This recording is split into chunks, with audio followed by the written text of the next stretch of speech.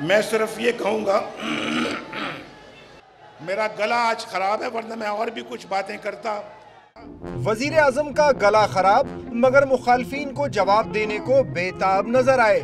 इसी बेताबी में बार बार गलतियां भी करते रहे। पीटीआई तीसरे नंबर पे आई है, तीसरे नंबर पे,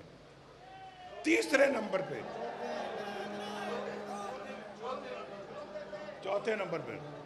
एक जुमला तो ऐसा अटका कि कुछ बरहमी दिखाई दी, फिर भी समझ ना आई तो मौलाना की मदद के तालिब हुए।